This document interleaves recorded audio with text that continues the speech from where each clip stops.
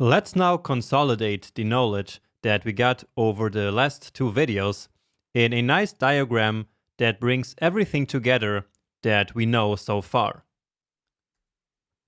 And everything starts with the person constructor function that we've been developing.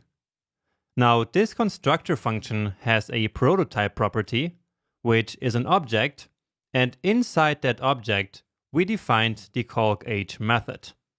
And person.prototype itself actually also has a reference back to person, which is the constructor property. So essentially, person.prototype.constructor is going to point back to person itself. Now remember, person.prototype is actually not the prototype of person, but of all the objects that are created through the person function.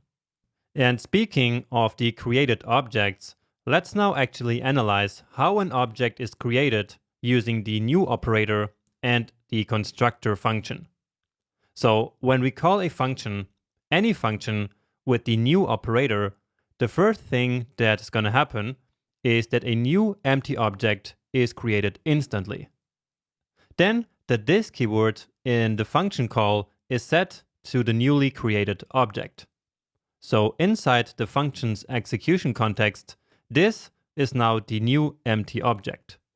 And that's why in the function's code, we set the name and birth year properties on the this keyword, because doing so will ultimately set them on the new object.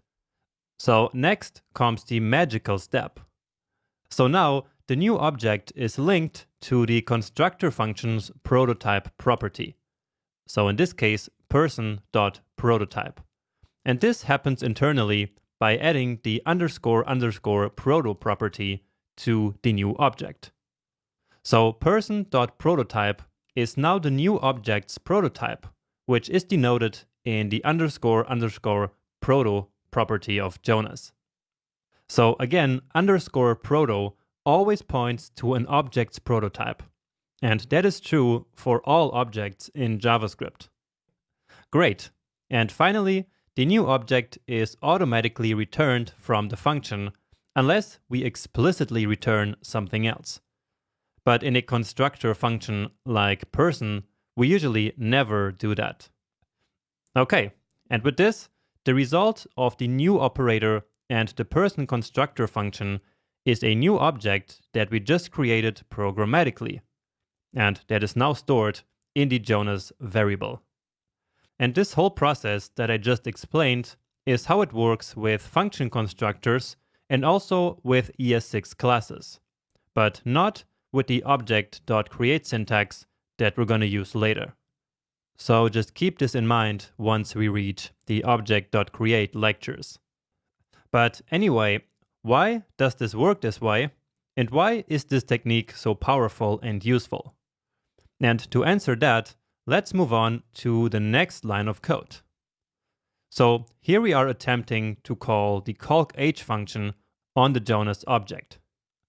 However, JavaScript can actually not find the calc_h function directly in the Jonas object, right? It is simply not there. And we already observed this behavior in the last lecture. Remember that? So what happens now in this situation? Well, if a property or a method cannot be found in a certain object, JavaScript will look into its prototype. And there it is. So there is the calc_h function that we were looking for. And so JavaScript will simply use this one. That's how the calc_h function can run correctly and return a result. And the behavior that we just described is what we already called prototypal inheritance or delegation. So the Jonas object inherited the calc_h method from its prototype. Or in other words, it delegated the calc_h functionality to its prototype. Now the beauty of this is that we can create as many person objects as we like, and all of them will then inherit this method. So we can call this calc_h method on all the person objects without the method being directly attached to all the objects themselves. And this is essential for code performance. Just imagine that we had 1,000 objects in the code, and if all of them would have to carry the calc_h function around, then that would certainly impact performance. So instead, they can all simply use the calc_h function from their common prototype. Okay? So that makes sense, right? Now, the fact that Jonas is connected to a prototype and the ability of looking up methods and properties in a prototype is what we call the prototype chain. So the Jonas object and its prototype basically form a prototype chain. But actually, the prototype chain does not end here. So let's understand the prototype chain a bit better by zooming out and looking at the whole picture. So here is the diagram that we already had with the person function constructor and its prototype property, and the Jonas object linked to its prototype via the _proto property. So nothing new yet. But now let's remember that person.prototype itself is also an object. And all objects in JavaScript have a prototype, right? Therefore, person.prototype itself must also have a prototype. And the prototype of person.prototype is object.prototype. Why is that? Well, person.prototype is just a simple object, which means that it has been built by the built-in object constructor function. And this is actually the function that is called behind the scenes whenever we create an object literal. So just an object simply with curly braces. So essentially the curly braces are just like a shortcut to writing new object. Okay? But anyway, what matters here is that person.prototype itself needs to have a prototype. And since it has been created by the object constructor function, its prototype is going to be object.prototype. It's the same logic as with the Jonas object. So since Jonas has been built by person, person.prototype is the prototype of Jonas. Alright? Now this entire series of links between the objects is what is called the prototype chain. And object.prototype is usually the top of the prototype chain, which means that its prototype is null. So its _proto property will simply point to null, which then marks the end of the prototype chain. So in a certain way, the prototype chain is very similar to the scope chain, but with prototypes. So in the scope chain, whenever JavaScript can find a certain variable in a certain scope, it looks up into the next scope in the scope chain and tries to find the variable there.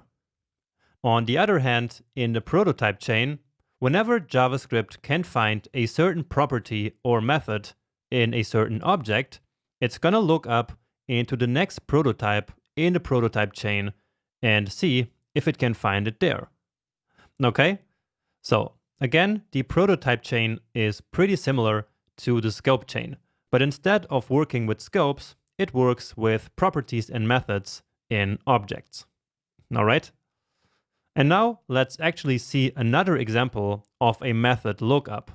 To do that, we call the hasOwnProperty method on the Jonas object. So just like in the previous slide, JavaScript is going to start by trying to find the called method on the object itself. But of course, it can't find the hasOwnProperty method on Jonas. So according to how the prototype chain works, it will then look into its prototype, which is person.prototype. Now, we didn't define any hasOwnProperty method there either, and so JavaScript is not going to find it there.